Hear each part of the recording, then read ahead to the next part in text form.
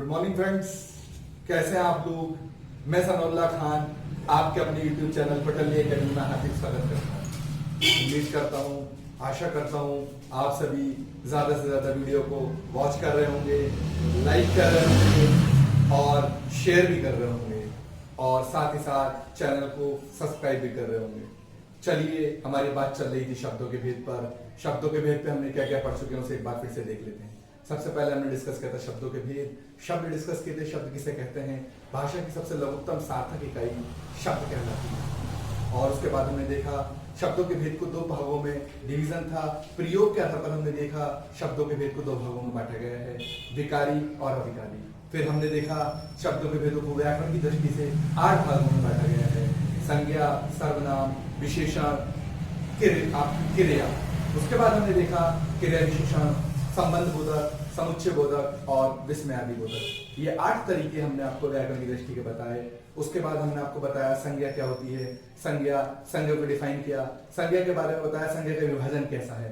2 तरीके से उसका विभाजन बताया, व्युत्पत्ति के आधार पर और अर्थ की दृष्टि के आधार पर। फिर हमने आपको बताया व्युत्पत्ति के आधार पर 3 तरीके आपको बताए, कौन कौन से, ऋण, यौगिक, योग ऋण।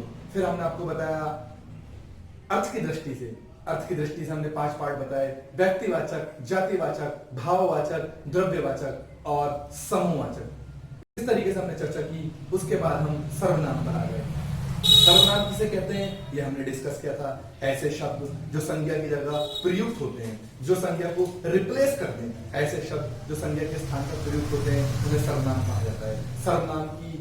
सर्वनाम का जो यूज है क्यों किया जाता है, सर्वनाम का प्रयोग इसलिए किया जाता है कि संज्ञा की पुनरुक्ति से बचने के लिए, बार बार संज्ञा जो यूज हो रहा है, बार बार जो वर्ड यूज हो रहा है उसे बचने के लिए, संज्ञा की पुनरुक्ति से बचने के लिए हम सर्वनाम का प्रयोग करते हैं। उसके बाद हमने बताया सर्वनाम के भेद कितने हैं। सर्वनाम की 6 भेद हैं। हमने आपको बताया कुल सर्वनाम कितने हैं। कुल सर्वनाम 11 हैं, वो हमने आपको सारे के सारे नाम बताए। उसके बाद 6 सर्वनामों के भेद हमने आपको बताया। 6 सर्वनामों के भेद कौन कौन से हैं। पहला हमने आपको बताया पुरुषवाचक, दूसरा बताया निश्चयवाचक, तीसरा बताया अनिश्चयवाचक, चौथा बताया प्रश्नवाचक, 5वां बताया निजवाचक, 6ठा बताया संबंधवाचक। उसके बाद हमने इसमें चर्चा की पुरुषवाचक किसे कहते हैं। पुरुषवाचक में मैंने आपको बताया जिन शब्दों से पुरुषों के बारे में बताया जाए, जिन सर्वनामों के पुरुषों के बारे में बताया जाए, चाहे उसमें आपको मैंने बताया उत्तम पुरुष हो, मध्यम पुरुष हो या अन्य पुरुष हो, किसी तीसरे पुरुष के बारे में बताया गया है, उसमें कौन से सर्वनाम प्रयुक्त होते हैं, पुरुषवाचक सर्वनाम। उसके बाद मैंने आपको बताया निश्चयवाचक सर्वनाम, जिन वस्तु से या जिन शब्दों से या जिन सर्वनाम से किसी निश्चितता का बोध हो जाए, किसी दूरवर्ती या समीपवर्ती निश्चितता का बोध हो जाए, उन्हें क्या कहते हैं, निश्चितवाचक सर्वनाम। मैंने आपको एग्जांपल से बताया था, आपको सारी चीजें बताई थी। जैसे मैंने कहा था यह मेरी पुस्तक है।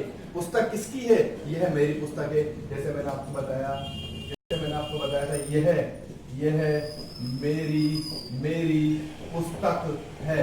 इसका मतलब क्या है, ये जो पुस्तक है किसकी है, मेरी है।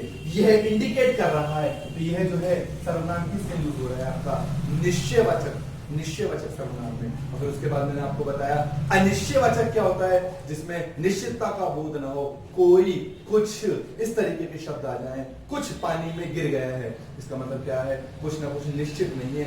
कौन बाहर आया है, इसका मतलब क्या है, पता नहीं है। कौन बाहर आया है, इसका मतलब क्या है आपका सर, अनिश्चितवाचक। हमने 3 तरीके देखे थे, पुरुषवाचक, व्यक्तिवाचक, निश्चयवाचक और अनिश्चयवाचक। और जो चौथा है आज का, जिसे कहा जाता है, जिसका नाम है आपका प्रश्नवाचक।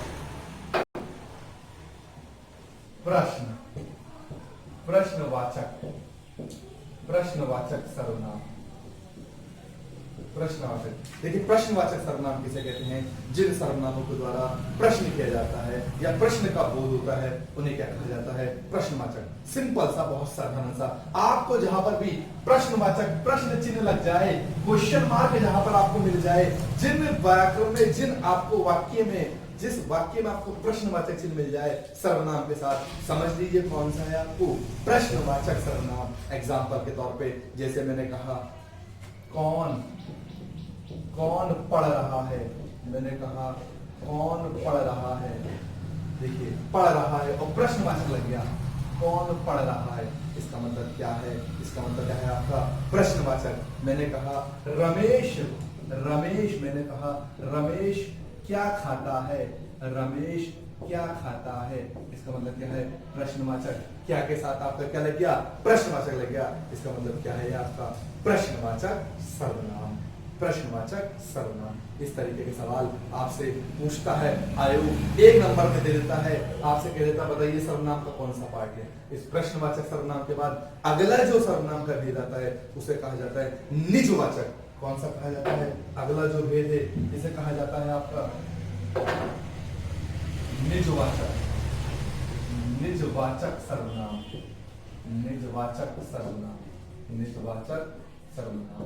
देखिए निजवाचक सर्वनाम क्या होता है, जिन सर्वनामों के द्वारा निजता का बोध हो, जो अपने आप करने के लिए बोध हो, स्वयं करने के लिए बोध कराए, वो क्या कराएगा, निजवाचक। जी हाँ बिल्कुल, इसमें कैसा शब्द आता है, आप तरीके का शब्द आता है। और कैसा शब्द आता है, शब्द आता है आपका स्वयं, आप और स्वयं, इस तरीके के शब्द आते हैं। जैसे मैंने कहा रमेश, रमेश, रमेश अपने आप खा लेगा, रमेश अपने आप खा लेगा। इसका मतलब क्या है, अपने आप को अंडरलाइन करेगा आयोग, अपने आप। और फिर कौन सा सर्वनाम का भेद पूछेगा, अपने आप मतलब स्वयं की बात चल रही है, निजता का बोध हो रहा है, इसका मतलब क्या है, निजवाचक सर्वनाम। जैसे मैंने कहा मैं स्वयं कर लूंगा, मैं स्वयं कर लूंगा। इसका मतलब क्या है आपका, स्वयं कर लूंगा, मतलब अपने आप, अपने आप। इसका मतलब क्या होगा, निजता का बोध होगा।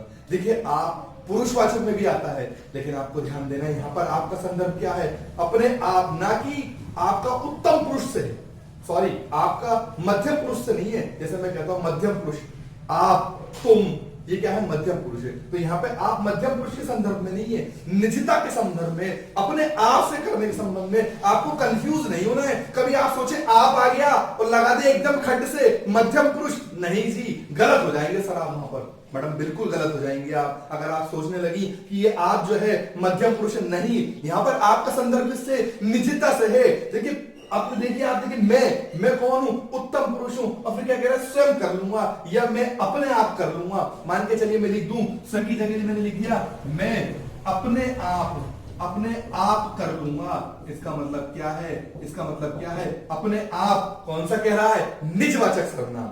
कौन सा सर्वनाम है, निजवाचक सर्वनाम। इसका मतलब क्या है, ये कौन सा सर्वनाम हो गया आपका, निजवाचक सर्वनाम। आखिरी जो सर्वनाम का पार्ट होता है उसे कहा जाता है आपका संबंधवाचक सर्वनाम, संबंधवाचक सर्वनाम।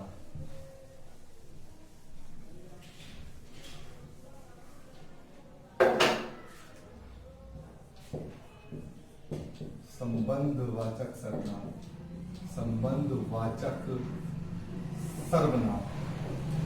देखिए संबंधवाचक सर्वनाम, संबंधवाचक सर्वनाम ऐसे सर्वनाम होते हैं जिन सर्वनामों के द्वारा किसी का संबंध किसी दूसरे से प्रकट हो, जो सर्वनाम एक आश्रित वाक्य को मुख्य वाक्य से जोड़ते हैं। जिन सर्वनामों के द्वारा आश्रित वाक्य को मुख्य वाक्य से जोड़ा जाता है, मतलब क्या है, आश्रित वाक्य से और मुख्य वाक्य से मतलब क्या है, एक डिपेंड है मुख्य वाक्य पे, प्रमुख वाक्य पे।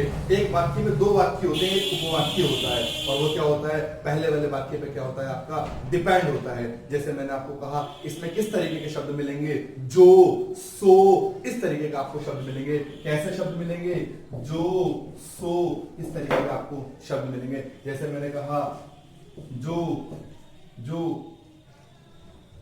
सो, जैसे मैंने आपसे कहा जिसकी लाठी, मान के चलिए मैंने कहा जिसकी लाठी उसकी भैंस, जिसकी लाठी उसकी भैंस। मान के चलिए क्या है, भैंस किसकी है, जिसकी लाठी। इसका मतलब क्या है, ये आपका संबंध को प्रकट कर रहा है। इसकी लाठी है, जिसकी लाठी किसकी, जिसकी भैंस है, जिसकी लाठी उसकी भैंस।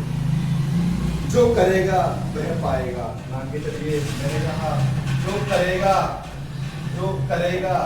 वह पाएगा या वो पाएगा। मान के चलिए मैंने कहा जो करेगा वो पाएगा। इसका मतलब क्या है? इसका मतलब क्या है? जो करेगा वो पाएगा, या जो बोएगा वो काटेगा। इसका मतलब क्या है? संबंध बता रहा है, जो बोएगा वो काटेगा, या जिसकी लाठी उसकी भैंस। जैसी करनी वैसी भरनी, सवाल आपसे आ सकता है। जैसी करनी, सवाल आपसे आ गया, आयोग ने दे दिया कि भैया जैसी करनी वैसी भरनी, वैसी भरनी। बताइए जैसी और वैसी किस सर्वनाम के पार्ट हैं? इसका मतलब क्या? संबंध बता रहे हैं। कैसी भरनी, जैसे करोगे वैसे भरोगे। इसका मतलब क्या है? सर्वनाम का ये कौन सा पार्ट है? छठा पार्ट है। 6 के 6 पार्ट आपके सर्वनाम के कंप्लीट हो चुके हैं। कौन कौन से पार्ट हैं एक बार क्योंकि देख लेते हैं। पहला है पुरुषवाचक, दूसरा है निश्चयवाचक, तीसरा है अनिश्चयवाचक, चौथा है प्रश्नवाचक, पांचवा है निजवाचक, छठा है संबंधवाचक। ये सर्वनाम के 6 के 6 भेद हैं। आशा करता हूं आपको आज के सर्वनाम भी, आज की जो वीडियो है अच्छी लगी होगी। उम्मीद करता हूं आप ज्यादा से ज्यादा वीडियो को वॉच करें, ज्यादा से ज्यादा अपने फ्रेंड सर्किल में इसको बोलें, ज्यादा से ज्यादा बोलने की कोशिश करें, ज्यादा से ज्यादा शेयर करें, कहें कि वीडियो को ज्यादा से ज्यादा वॉच करें, लाइक करें और सब्सक्राइब करना ना भूलें। जो न्यू हमारे फर्स्ट टाइम है वो मेरी प्रीवियस वीडियोस भी देखें और साथ ही साथ इस वीडियो को भी देखें। आशा करता हूं आपको अच्छी लगी होंगी। थैंक यू, नमस्कार, बने रहिए।